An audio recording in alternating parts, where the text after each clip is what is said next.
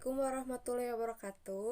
Perkenalkan, nama saya Tiara Amelia Putri dari Prodi Sarjana Kebidanan tingkat 1 kelas A. Di sini saya akan menjelaskan mengenai tugas kasus 1 dari mata kuliah Ilmu Kebidanan Kandungan. Tugas kasus 1. Seorang wanita 30 tahun belum mempunyai anak, menikah 8 tahun, mengeluh benjolan di perut bawah, nyeri haid, siklus haid 30 hari, dan tiap haid darah banyak 5-6 dak per hari. Saat USG dikatakan adanya mioma uteri ukuran 4 cm. Jadi yang terdapat di dalam benjolan perut bagian bawah ibu adalah mioma uteri. Apa itu mioma uteri? Mioma merupakan suatu pertumbuhan massa atau daging di dalam rahim atau di luar rahim yang tidak bersifat ganas. Mioma berasal dari sel otot polos yang terdapat di rahim dan pada beberapa kasus juga berasal dari otot polos pembuluh darah rahim. Jumlah dan ukuran mioma bervariasi. Terkadang ditemukan satu atau lebih dari satu. Pada umumnya, mioma terletak di dinding rahim dan bentuknya menonjol ke rongga endometrium atau permukaan rahim. Sebagian besar mioma tidak bergejala, sedangkan sebagian kecil lainnya ditemukan secara tidak sengaja sewaktu pemeriksaan rutin. Pada wanita usia reproduksi atau usia subur, mioma dapat berkembang menjadi ganas, dan kondisi tersebut dikenal sebagai leiomyosarkoma. Walau begitu, kemungkinan mioma menjadi ganas cukup kecil. Mioma dapat menyebabkan komplikasi berupa torsi atau terpuntir yang dapat menyebabkan gangguan sirkulasi akut, sehingga mengakibatkan kematian jaringan.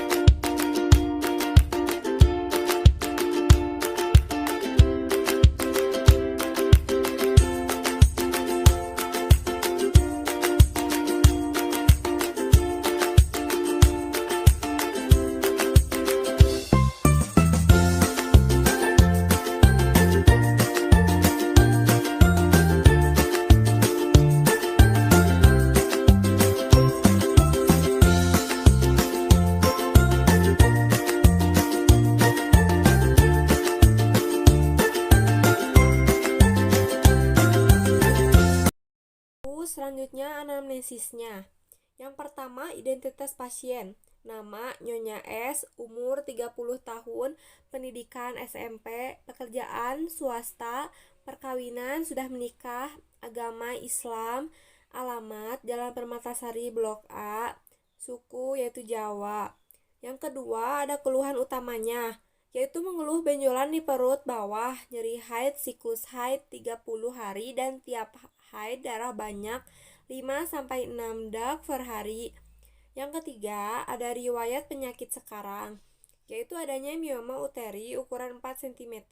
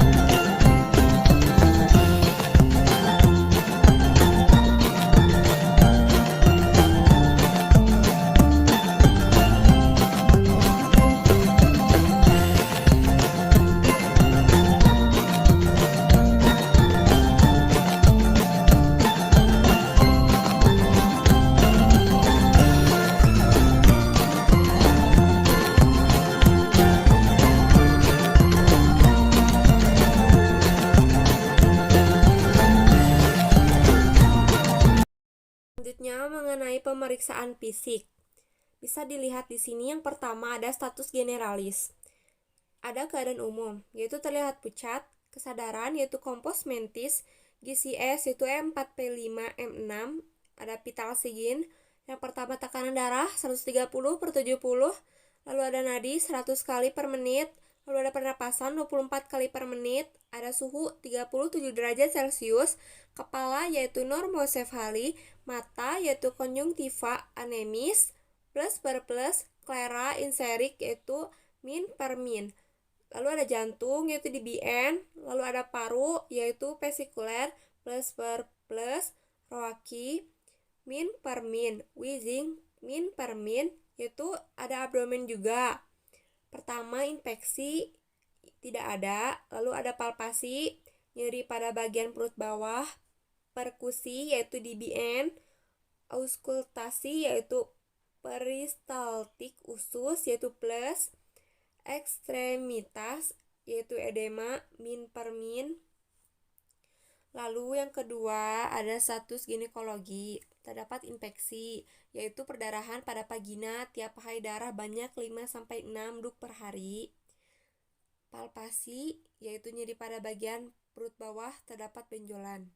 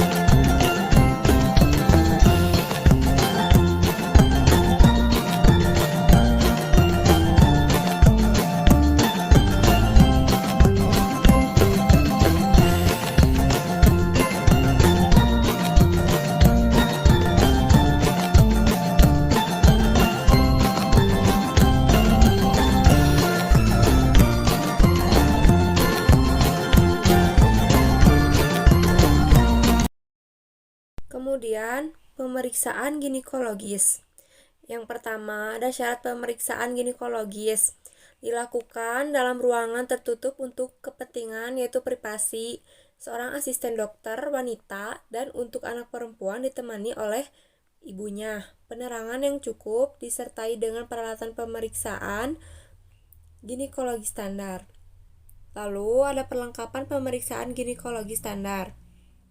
Meja periksa, lampu penerangan yang baik, kain penutup tubuh, sarung tangan, spekulum cunam, kapas, kateter, kapas sublimat atau kapas disinfektan, gelas objek untuk pemeriksaan mikroskopik, spatula aire, sitobrus, alkohol 95% untuk pemeriksaan papani culau, kapas lidi untuk pemeriksaan papani culau.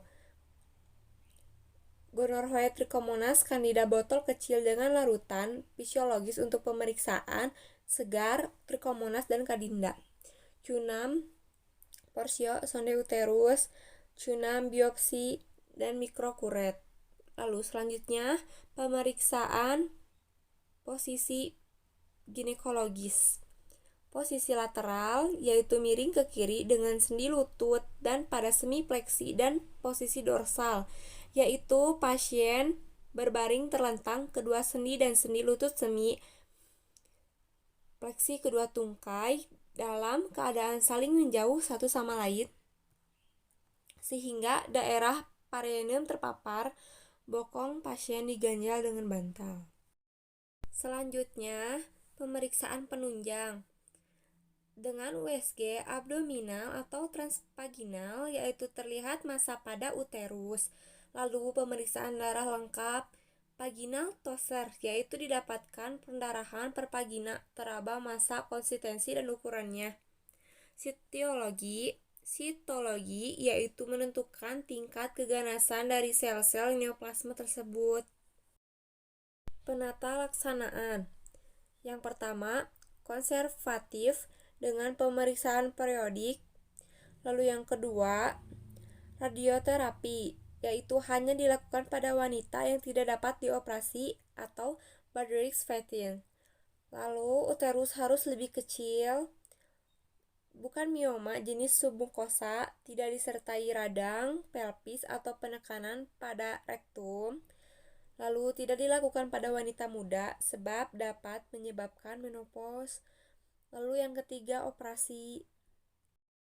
Di sini terdapat miomektomi dan histerektomi. Dapat dilihat gambarnya. Miomektomi dilakukan pada wanita yang masih menginginkan keturunan. Syaratnya harus dilakukan kuret dulu untuk menghilangkan kemungkinan keganasan.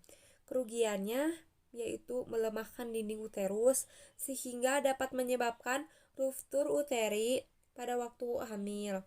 Lalu yang kedua, menyebabkan pelekatan. Yang ketiga, residif. Lalu histerektomi dilakukan pada mioma yang ukurannya besar dan multifel. Pada wanita muda sebaiknya ditinggalkan satu atau kedua ovarium.